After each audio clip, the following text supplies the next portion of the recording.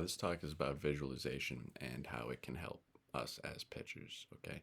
Um, I believe that visualization is very closely related with our ability to move, and that, like, for example, um, I tell my pitchers visualize and try to tell yourself good low strike. I mean, that's almost the goal on at least 70% of our pitches.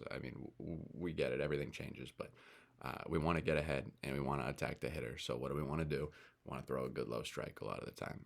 And if I am able to tell myself that and then create the mental picture in my head, as I see that mental picture in my head, the visualization of me succeeding on a good low strike, right? My body and my brain will realize that there's no way that I can execute a good low strike unless I get my arm up and on top of the baseball throwing down, right? So that is right there alone how visualization can prepare you physically for the next pitch. It allows the body to prepare itself and think for a second, okay, what do I need to do in order to execute this pitch? And I would argue that many pitchers out there do not have any sort of process like that. That would, and having a process like this would make them far more consistent. And being far more consistent would, in turn, make them far stronger. I would like to say, um, and like I just you should not underestimate the importance of visualization. Um, I have a few quotes here from professional athletes, professional baseball players, whoever. I mean, I recently read Steph Curry's book, Shot Ready. It's sitting over there, and in big letters it says visualization is the key to success. And you might think, yeah, Steph Curry, like, I mean, these guys are all already great. Um, I would say that their mental process allows them to harness their physical abilities in a way that makes them great. Okay. So, I mean, in addition to that Steph Curry quote right there, I've got Kobe Bryant. Everything I saw in my mind, I attacked in real life. Visualization was a daily habit for me. Tom Brady, Patriots fan. Drake May. Before the game, I go through every situation in my mind. When it happens for real, it feels familiar. Big deal. What we got? Ted Williams. I always saw the ball hit the bat before I swung. The mental picture came first.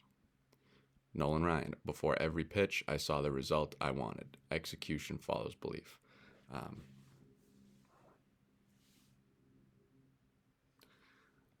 geez.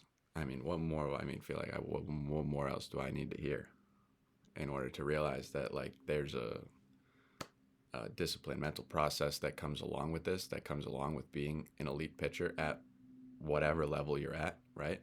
And visualization is a way to improve. It's a way to experiment without really going out there and being physical yourself. The brain has a hard time telling the difference between the reality and the imagination that you're creating for yourself. And if you don't really believe that, think about yourself waking up from a nightmare. I don't know, falling. Everybody falls, wakes up before they hit the ground, but everything feels real for a second, right? So I think that's a great, maybe it's a tough goal to reach, but it's something that says that like if we get better at visualization and using our imagination, that like our body and our brain is really going to feel that.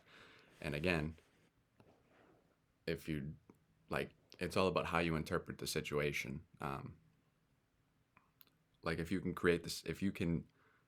create a visual setting for yourself, and uh, then bring emotions into it, right? Like create it so vividly and real that you start to feel, essentially, right? That is a possibility, I would say. If someone can walk into a room and be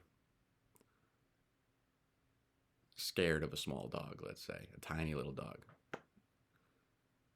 you there's really no threat there. So you can get into these areas of discomfort, although there is really no immediate threat. Okay.